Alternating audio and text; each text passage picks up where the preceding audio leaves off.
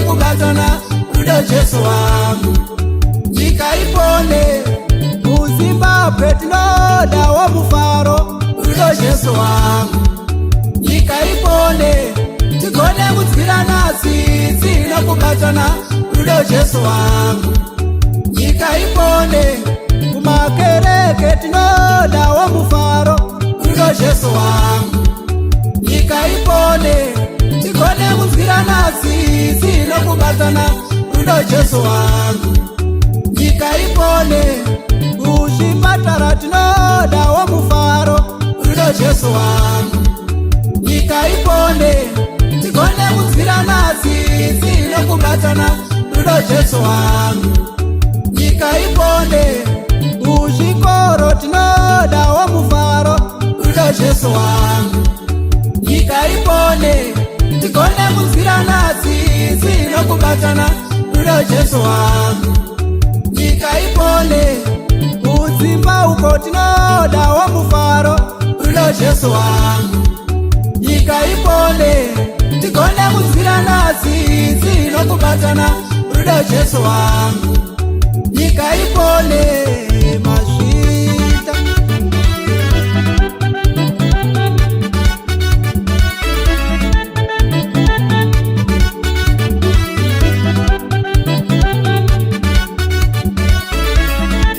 pananidzo ndimi Jesu yamakaita kwatiri isu varombo kunyangwe navapfumi. Pananidzo ndimi Jesu yamakaita kwatiri isu varombo kunyangwe navapfumi. Unatipa zuva nomweya wekufema Jesu mundombotima pachena hamusarure. Unatipa zuva nomweya wekufema Jesu mundombotima pachena hamusarure. Kunyangwe nemvura inonayira tose imi hamusarure. Ndirwo rudo Jesu. Kunyangwe nemvura inonayira tose imi hamusarure. Ndirwo rudo Jesu.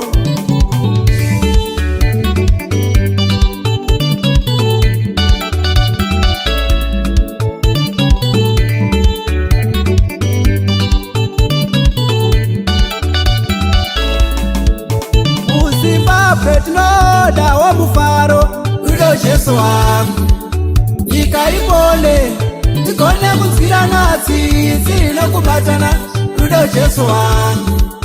Nyika ipone muZimbabwe tinodawo mufaro rudo Jesu wangu. Nyika ipone tigone kudzira nhasi dzinokubatana rudo Jesu wangu. Nyika ipone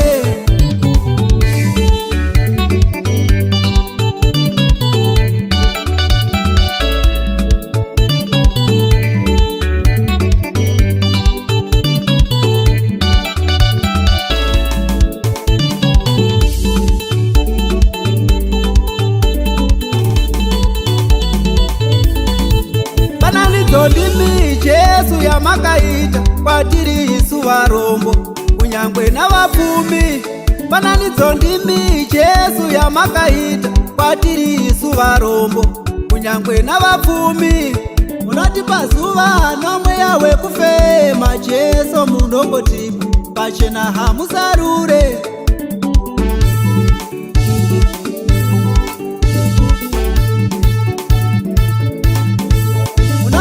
Zuva nomweya wekufema Jesu mundombotima pachena hamusarure.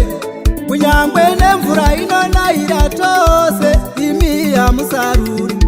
Ndirwo rudo Jesu.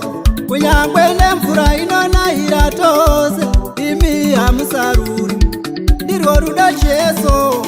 Kudzimba uko tinodawo mufaro rudo Jesu wangu. Nyika ipone tigone kudzira nhasi dzinokubatana rudo Jesu wangu. Nyika ipone kudzimba uko tinodawo mufaro rudo Jesu wangu. Nyika ipone tigone kudzira nhasi dzinokubatana rudo Jesu wangu. Nyika ipone